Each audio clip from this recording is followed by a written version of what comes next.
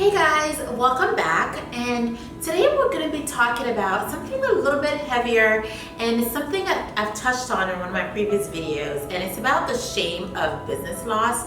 So as we all know, we know there's no such thing as a failure technically, right? Like, it's all lessons, yes, but when you're going through losing a business, at that time it doesn't feel like this.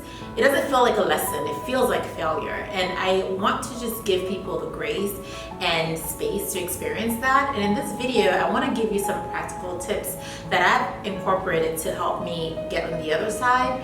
And I also want to remind you, there is life after losing a business. It does get better. Even if it gets worse first, it will get better.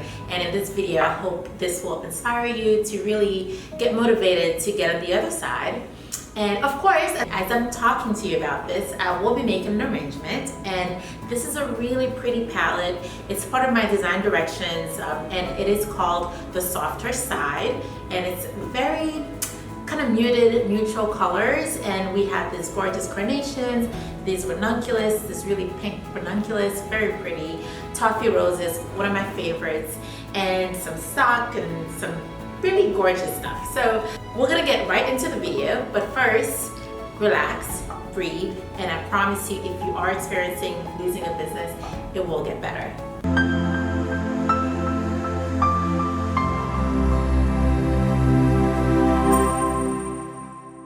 I had my company for 10 years. This company was my first business, my first real business, and you know, it was an amazing chapter in my life, and I had amazing customers, loved them to pieces, and I won't go back into exactly what that, like the whole thing about that company, but I will tell you, when it went under during COVID, I didn't even know how to get out of bed. Like, the physical manifestation of losing a company, of losing something that was your livelihood in every way, right? And not just money, because money comes and go, right? Like, you can rebuild. But the shame of losing my business was so profound. And it's something that I don't know, I just feel like obviously I had to get back up. But as I reflect back on that chapter, I know I have to talk about it, and I hope it can help. Even if it helps one person, if this video helps one person feel better, I just want to, I think it's really important to talk about. Because it's one of those things you kind of want to forget and move on. Because once you're on the other side, you're like, oh my God, I'm so glad that's over. But honestly, I don't know if it ever fully goes away. I'm much better now, thank God. But I don't know if it fully goes away. So yeah, so the first thing I will say, you know, when you're dealing with that shame of like building something and feeling like, am I stupid? Am I a failure? You know, like, how are people gonna look at me now that I don't have this thing? My customers, I let them down. All of these negative voices, which are natural, I think. I really think the first step is to just try to quiet the noise. Just really shut everything off if you can. And that's hard, because a lot of times when you lose a company, you don't have the luxury of like traveling, and I mean, if you can do that, that's great, but a lot of times there's a big monetary loss associated with it. So, you know, you can't just do things, right? You can just go shopping to feel better because creditors might be calling you, you know, you might have to, you know, pay old bills, and also like, how do you even make sure your current bills like are okay? So anyway, I say all that to say, the first thing, if you can, step by step, slowly, just really quiet everything, quiet your mind as much as possible, and just try to stay centered. That's the first thing. The second thing I look back on that I did that really helped me was finding a spiritual practice.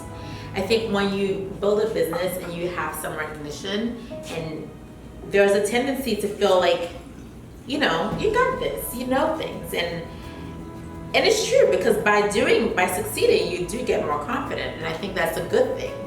But when you, sometimes, and especially when it happens when you're younger, I was 26 when I launched my first company.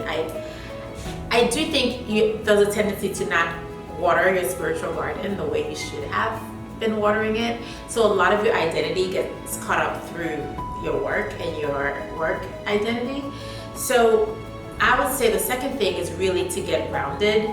So you get quiet and then you get grounded in prayer, in meditation, whatever it is that you do. I did a lot of walking. Like I would walk like 2 hours straight, just walk around the city. I prayed a lot. I just really got down to like facing my maker. And for everybody that's different, but whatever that spiritual process is, I really think it's important to get grounded in your spirituality and just find yourself outside of work and life and material things. Because one thing, when you lose a business, you realize nothing is guaranteed. Nothing is guaranteed. We all here for a short period of time, you know, and it's a gift actually to have built something in the first place. And even if it doesn't feel like that, I think prayer helps ground you to like stop from like that going crazy basically, you know, like trying to stay quiet, and then you start praying and get more grounded. And okay, so which flower should I start first? Let's see. I don't know, guys. I feel like I never fully know what I'm gonna do. Sometimes, you know, it's the classic rule of thumb is to add greenery, but I actually don't want to use greenery for this arrangement. I think I'm just gonna use flowers. So maybe I'll start with some roses. The third thing I will do in helping fight the shame of losing a business is to start falling in love with yourself and with what you love to do again. So if your company went under, I'm guessing there are things that were not together, right? Like there were holes in your system that led it to that point. And a lot of us, especially us creative entrepreneurs, a lot of times we're not good with like process and operational stuff and finance. That's very common for a lot of us, myself included. I'm better now, but it's not my most natural gift, right? So after I lost my business, I really tried to, what do I like to do, right? Like all the stuff I like to do. So I started painting again, drawing again, writing again. I would dance a lot in my living room, like really trying to get a sense of who I am and what I like to do. And obviously flowers were a big part of that. So that really, really helped me. And yeah, so just kind of like spending time with my friends, like just what do you like to do before you had that business, before that business grew to whatever X amount of whatever. Who were you before that, right? And go back to even, I think, your childhood. Like, what did you like to do? And play again. Learn to play again. Learn to have fun with things again, with life again. So that was the third thing. And as I'm saying this, I'm acutely aware there's also this, when you lose a company, you have to get back to like work, right? Like you have to make a living. So as you're dealing with all of that stuff, and I can make another video about that if you guys like the practical things on like how to get back on your feet, like financially after losing a company. But this video is really about the shame part of it, because as you're doing all of this, even if you had a job, even if you got a job tomorrow, or you have a new business that's kind of like taken off. Like I launched a new company and it pretty much started working pretty fast, but the shame was very much there. I mean, the shame was like right there with me as I was doing all of that. So I think it's important to address the shame and not just like move around it, because it's there and it's gonna fester if you don't allow it to pass through and release it, right? So, okay, so that would be the third thing I would do. I would learn to play again. And after playing, well, you never stop playing. I feel like I'm playing right now. Like this is so fun for me, guys. I could do videos all day. I love this so much. So I would learn to play as a practice, and then I would really reflect on what the weaknesses that allowed my business to fail, because I think it's part of dealing with shame is acknowledging what was lost, right? Like what part of your identity was lost. So if for me that was, I was perceived as a successful entrepreneur by others. I didn't always believe that, but for the most part that was the the confirmation I got through life, right? Like, you're very creative, you're smart, and you're able to build a business. Boom. At some point, I believed that. I did. Because if everybody tells you something, I think at some point you start believing it, good or bad. So I had to go back and really think, which part of that did I believe that I was, but I wasn't? So I don't know if that's clear, but ultimately, I'm an entrepreneur, yes, but I'm a creative first. And I think at some point I fooled myself into believing I was good at business. I'm not. When I'm at my sweet spot, I can connect with people and I can create around somebody's need. That is not the same as being good with business, if that makes sense. It's a component of it, but it's not the thing that allows a business to grow.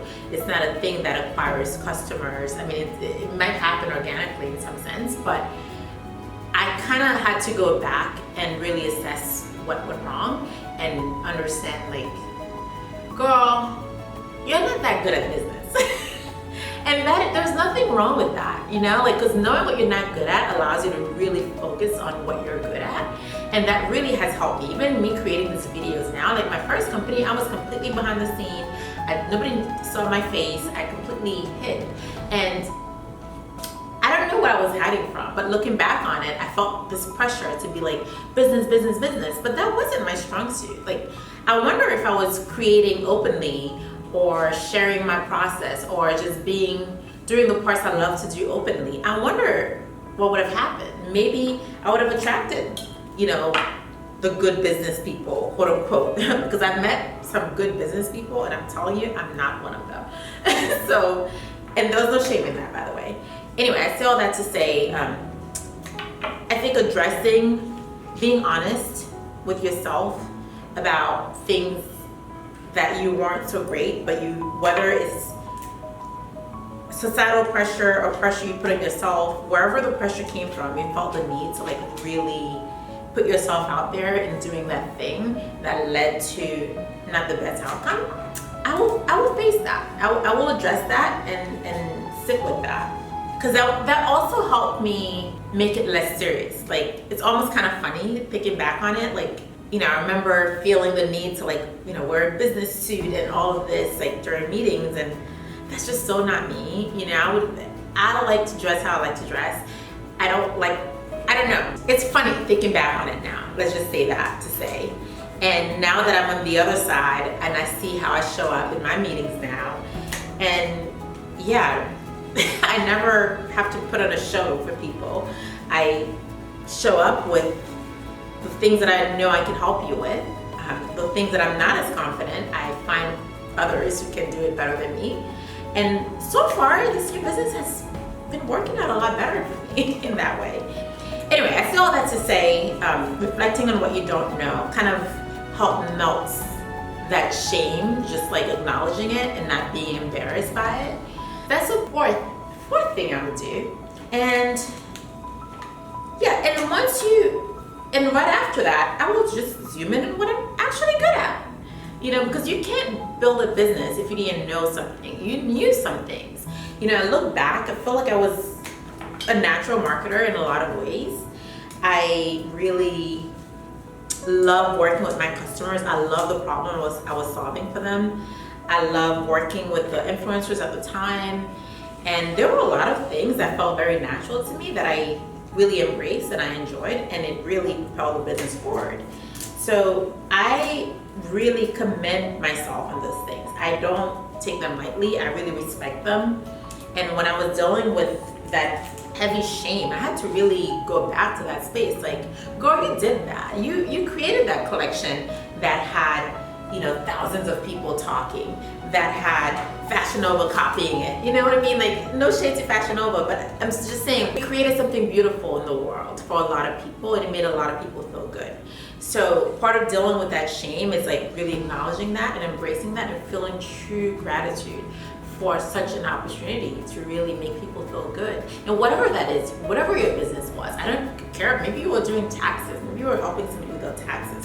Whatever it is, you helped somebody be better. Okay, and you did that for long enough to say you had a company, you had a business, and you need to own that. Like, you have to own that. That's no doubt about it. And yeah, so, and when you make it more skill-based, you're not fluffing yourself up. You're not putting things, you're not hyping yourself up in a superficial way. When it's like things that your talent or your skill had moved the business forward, you can pinpoint and say, I did this and that resulted in that. And that is a very clear metric. Nobody can dispute that, right? So, but vanity metrics, like, I'm a good business person. What does that even mean? What does that even mean to you? What does that even mean to me? I don't even know what that was. Like, I think back on it, it's like such a silly thing to even think of yourself as. So yeah, so anyway, that's that. And the next thing I will do, I would really try to get more fit and more healthy if possible. Because what I noticed, I know for me, it was after I lost my business, it was the first time I could see how addiction can happen. Like, I was drinking so much wine, guys, like, and my face was like starting to be really puffy, and I just felt so awful. And I remember thinking, this is how it happens. Like, if there was a stage where you can easily go on the other side, but you can also choose to like fight. So, my walks really helped. I'm not a gym person, but just trying to eat cleaner, be more active, walking. I did sign up for a couple of classes for different activities, but overall, I noticed I had to really take care of my physical body to feel better. Not just your mind, but also sometimes your body needs nourishment. Your body needs to be fed, just the way we feed our minds. Ooh, can you see this so far? I like this a lot. I love this palette. So a little bit about this palette. I know I've been talking so much about business failure, but I created this product called Design Directions. And basically, if you had to make this arrangement for your party, maybe you have a bridal shower coming up, a wedding, a birthday party, I don't know, retirement party maybe, whatever like the occasion is, or maybe you just like making things and you want to have a blueprint. I created my I think it's amazing because I used it before. To be fair, I've been using this for work before I created it for you guys. So it's not just me saying it's great because I think it's great. Like, this had made my life so much easier working all these different events. So Design Directions is basically your party planning cheat sheet. I not only create your palette for you, so this is one of the palettes, is called The Softer Side. And not only do I create the palette and I create a mood board for the palette, I also create a different mood board for the flowers. And more importantly, I give you a massive shopping list of everything you will need and where to get it. So every single thing, like this flower is part of this palette, and I show you exactly where to get it online. And obviously, if you know the name and you know what it is, you can also shop it locally. So it's not just shopping it through what I'm suggesting, but it's also getting the information. But I also, every palette has at least 250 other links for different things you will need. So your candles, your linens, your chargers, your glassware, like everything you will need aside from furniture, I got you. And it's all within this palette. So it's called Design Directions. Check it out. The link is down below. Make sure you guys get your favorite palette. I'm making new ones as we speak, but the ones I have now are really fly. This guy here is such a darling, so cute. Oh, it's so chic, and it's like so feminine, and I love these colors. Okay, so back to the shame of business failure. Once you know what you are good at, I don't know about you, maybe you decided to get a job to kind of buffer, or maybe you're gonna launch a new business. For me, I went into a new business right away. I don't know if that was the best thing. Actually, I consulted for like 6 months, different businesses, and I didn't love consulting. I didn't love being a consultant, and that wasn't really going to work because I wanted to jump in. It was too personal. I was like, I want to jump in this business and like do this for you. Like, it was too much. So anyway, I pretty much launched my Marie's Blooms right after. I did not wait long, and it's been amazing. So now that I've been doing that pretty much since my old, for the past few years, since the old business closed down, I've learned a lot, and I've seen how much faster I'm progressing with this business, applying the things that I do know, the things that I did do well. Guys, I'm telling you, own your stuff. Own the stuff you know and own the stuff you don't know, but zooming in what you know. So whether you're doing that for somebody else or you're doing it for yourself, solve a problem for somebody and do it through what you know. I'm telling you, you cannot go wrong. So I put that to practice right away. So once I realized my strengths and I was like, I'm gonna launch a new business, I have to get in front of customers to understand the market of what I'm dealing with. And I opened a flower kiosk in the subway. Yeah, that was a lot. I'll do another video on that journey, but in that stage. But anyway, I feel like once, again, whether you get a 9-to-5 or you launch another business or you get a part-time job or you freelance, whatever you decide to do, just really get confident about what you do know and how you can help others with it. And don't be shy about that, because that really makes a difference. And again, I think when you start doing all those things on repeat, I really think the shame starts to melt. I'm at the space now, I don't want to say I don't face shame from my company failing. Occasionally I will get comments on Instagram and my personal page from customers who like missed the business, and I would feel the shame that I let them down at that moment, and sometimes it gets emotional for me. But overall, I don't feel like the shame that the business didn't fail. I feel like it's now I can feel like I'm on the other side of, okay, it was a lesson, but also I never forget to not repeat those mistakes again. And I have a much better spiritual practice now, so I pray every day. I really try to be mindful of my mental health and my spiritual health. So slowly, all those things, when you embody your mental health, learning to quiet the noise. I still do that now. Sometimes I will just get off of social media. I don't open the app. Even though people are like, oh, you have a business, you should post. I'm like, well, yeah, but I will. But if I need to moments of solitude away from that, for now, I will take it. And I'm even considering how that transition to maybe getting somebody else to do all the parts that I don't want to do anymore, right? Maybe even Instagram. Anyway, sorry, no shade to Instagram. I do like IG. But I'm okay with evolving past things that no longer feel super connected to me.